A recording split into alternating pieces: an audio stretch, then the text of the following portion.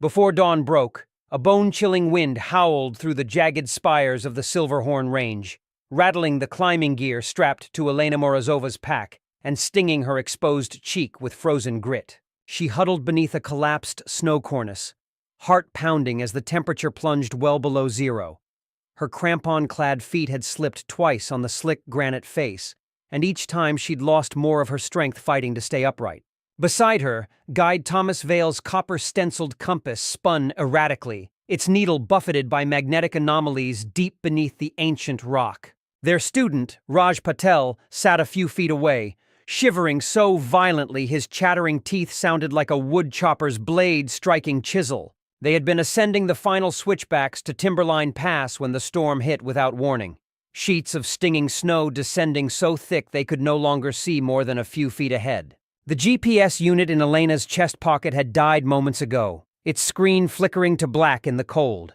Their emergency flares lay spent in Thomas's coat pocket, spent in a futile attempt to signal the climbing party below. Now, cut off by wind-buried anchors and roped out of radio range, the three found themselves stranded on a narrow shelf of granite ice. No trail visible, no shelter beyond the labored trench they dug in the snow. Elena inhaled, tasting the metallic tang of fear on her tongue. Her gloves, soaked by breath and condensation, offered little warmth. Thomas scanned the ridge, voice low but urgent.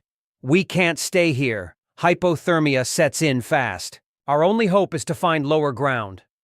Raj tried to stand but collapsed back into the snow, face drained of color. His pack straps had rubbed his skin raw, and the storm's howl left no doubt.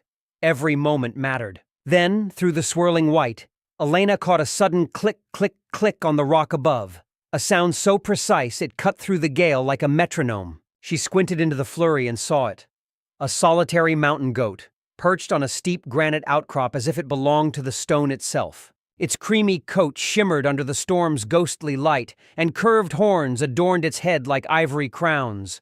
The goat froze, head cocked, eyes locked on the stranded climbers below. For a heartbeat, wind and fear held Elena in place. Then, instinct bloomed in her chest. The goat had not merely appeared, it had come purposefully, as if it understood their peril.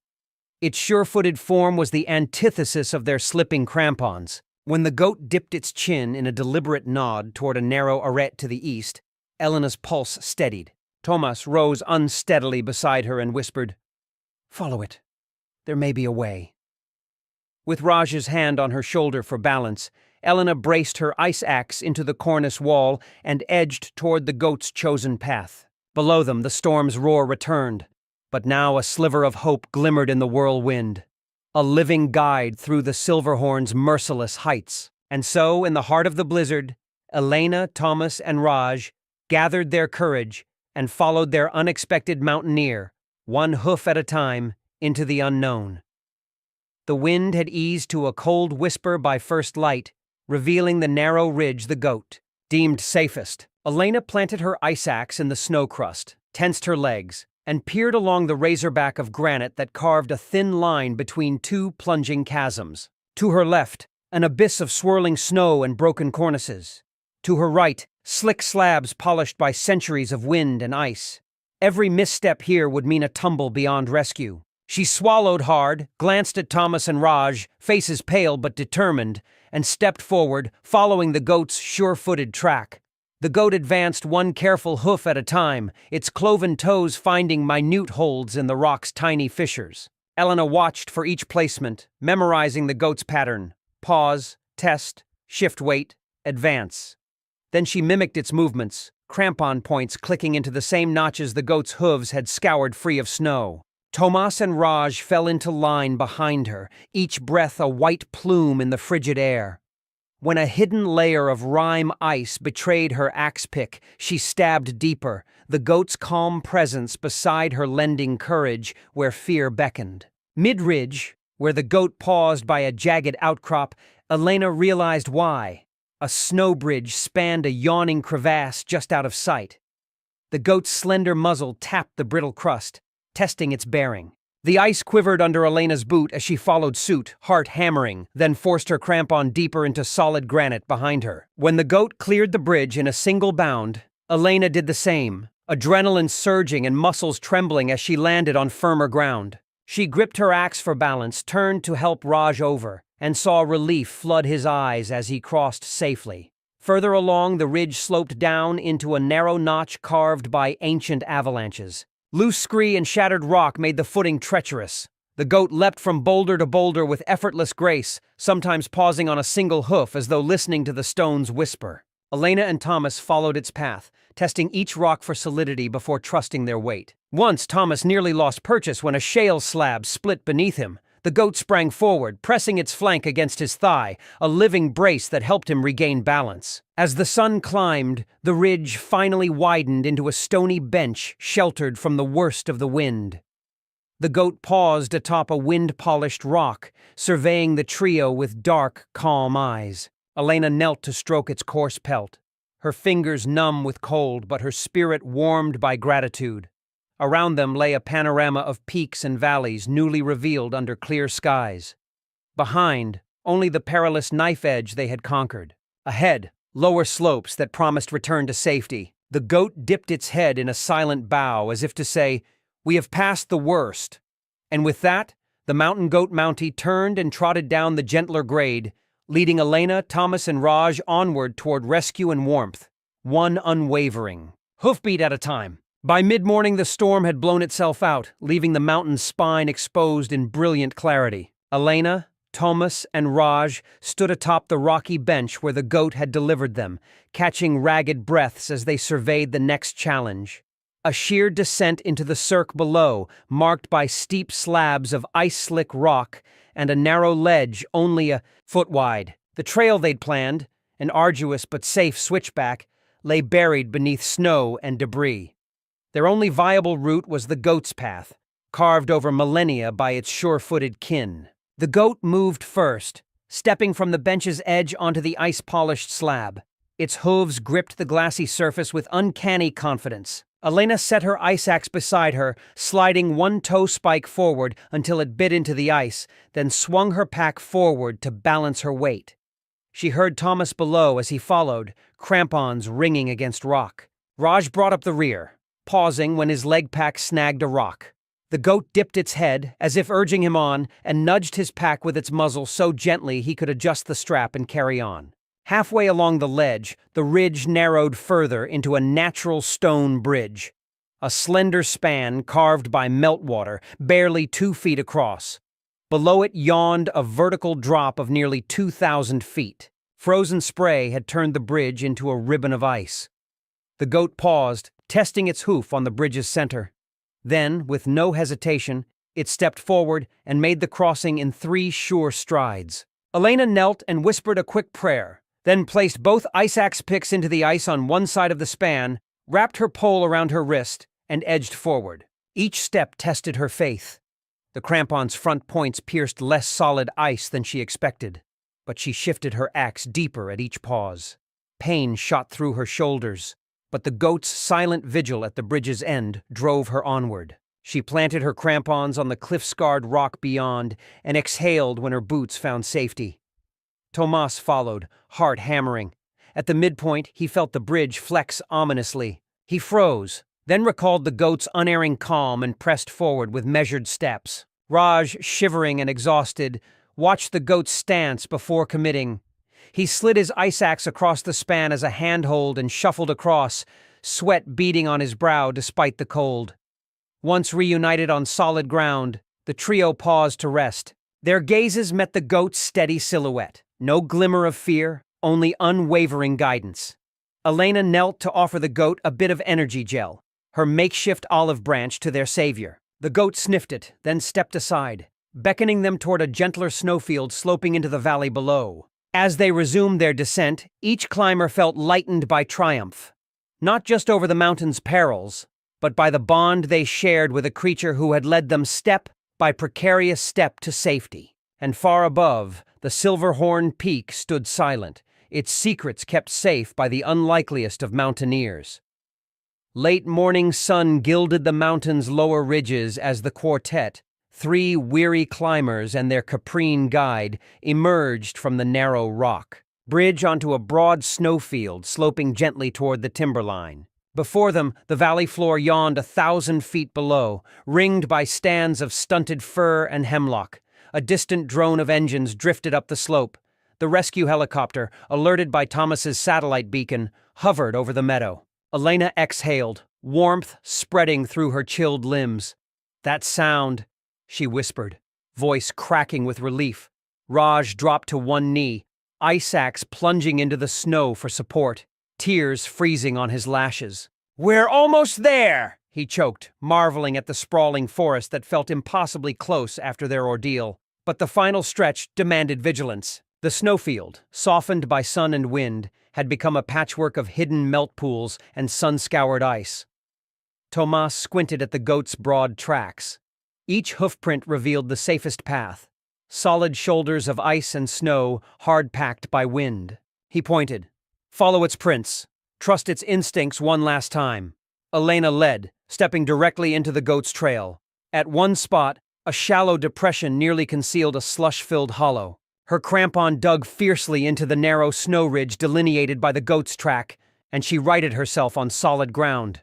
Raj and Thomas mirrored her, each trusting the goat's silent mapping of the terrain. Halfway down, the snowfield darkened with melting soot blown from distant camps. The sun's angle turned the ice into a glassy mirror streaked with debris, and Raj nearly slid forward when his spike skated on a hidden sheen. A surge of panic rippled through him, until the goat materialized at his side, its warm flank brushing his arm. Taking courage, Raj planted both axes and followed the goat's unwavering gaze toward a patch of coarse gravel at the slope's edge. There, where the glacier's snout had retreated, boulders and coarse scree formed a natural ramp to the forest. Each step off the snow onto the scree felt like thawing. Grit crunched beneath boots, and cold gave way to the earthy scent of pine litter. Thomas took Elena's hand as they climbed the ramp, careful to minimize sliding on loose rock. Above, the goat bounded ahead, slipping easily among the stones as if it too exulted in nearing home. At the rim of the forest, where snow plumes seeded to pine-scented air, stood the rescue helicopter, its rotors whipping a gale that ruffled Elena's hair plastered by sweat and snowmelt. Two medics ran forward through the swirling snow dust, arms outstretched with insulated blankets and insulated thermoses.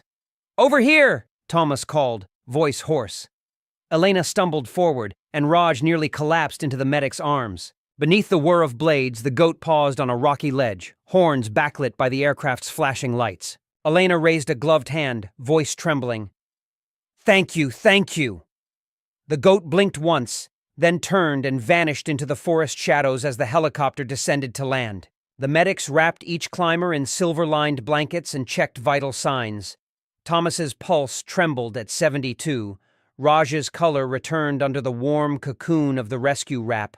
Elena's frostbite-prone fingers tingled with warmth as the medic slipped hot packs into her gloves. Above them, the pilot cut the engines and climbed down a ladder. "Is everyone accounted for?" he called. Elena nodded, voice firm despite exhaustion. "All here, and rescued by our unexpected guide."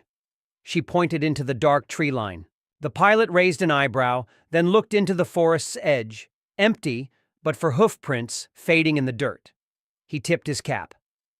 "Well, we'll enter these in our report. Might be our first mountain goat rescue witness." Elena managed a weary smile. "He saved our lives," she said softly. As the helicopter lifted and bore them away, the Silverhorn Range receded behind them, its peaks now forever etched with the memory of a mountain goat Mountie, whose sure-footed path turned a desperate climb into a summit of safety. By the time Elena, Thomas, and Raj touched down in the meadow below Timberline Pass, the day had ripened into gold and amber. The helicopter's rotors thrummed a steady cadence as it settled onto the grassy bench, stirring a cloud of pine needles into the late-day light. Wrapped in rescue blankets and buoyed by adrenaline, the three climbers emerged from the craft with cautious steps, each breath tasting of freedom and fur. All around them, members of the mountain rescue team gathered, cheering at their safe return and the astonishing story they carried. As the rescue crew administered hot drinks and blankets, Thomas signaled to Elena. "Let's honor our guide," he said, nodding toward the forest's edge where the mountain goat had vanished. A hush fell over the assembled team. Elena's heart swelled with gratitude. Without the goats' fearless guidance over knife-edge ridges and crumbling ice bridges, they never would have seen rescue. Seeking a fitting tribute, the rescue captain, Lieutenant Reyes, stepped forward. In mountain rescue, we rely on skill, training, and occasionally on a little luck, he announced into the megaphone. Today, that luck was born on 4 hooves. He called for silence, and the helicopter's engines powered down into a respectful whisper. From his pack, Seaman Alvarez produced a small wooden plaque engraved with the image of a goat standing atop a peak. In recognition of the mountain goat Mountie, Reyes intoned, whose uncanny sure-footedness and calm courage led our injured party to safety. He placed the plaque on a cairn of stones at the meadow's edge, then saluted. Elena knelt before the cairn, brush of tears warming her cheeks. She laid a coil of fresh flowers, edelweiss and alpine daisies, at its base. "Thank you," she whispered into the forest. "Your path lit the way when all else was lost." Tomas and Raj followed, each adding a stone of their own, forming a small monument that would weather seasons and storms, marking where human gratitude met wild grace. Later, after the survivors were flown to the Valley Hospital and given clean clothes and hearty meals, word of the goats' rescue spread through the mountaineering community. Social media buzzed with photos of the cairn and the trio in their rescue jackets, pointing toward the tree line. Local newspapers ran the headline, "Goat Guides Climbers to Safety," complete with interviews and dramatic stills of the precarious ridge. Mountaineering blogs dissected the goat's chosen route, mapping its hoofprints against satellite imagery to chart a new, goat-inspired trail recommended for future rescues. Despite the newfound fame, the 3 climbers remained humble. Weeks later, they returned to Timberline Pass, this time on foot, carrying seed packets and saplings for a reforesting project below the tree line. At the cairn, they paused once more. Elena pressed seeds into the soft earth around the plaque. Tomas planted a young pine, and Raj scattered saplings of subalpine wildflowers. "May this place grow," Elena said, "as a living gift of thanks." As they turned to descend the new goat-blazed trail, Thomas glanced back at the young grove taking root around the cairn. "I hope he sees this," he murmured. "I hope he knows we've not forgotten." Raj nodded, stepping lightly on the path once cleared of its loose scree by human hands. Far above, somewhere among those crags and clouds, a lone mountain goat perched on a high ledge, watching the valley below with calm certainty. It dipped its head in acknowledgement of the tribute far beneath, a silent exchange between climber and guide, human and mountain. And so, in the Silverhorn Range, word passed from peak to peak that in the hardest hours, rescue can come from unexpected places, and that the mountain goat Mountie's spirit would roam those heights for as long as goats climbed and climbers dreamed of. Summits,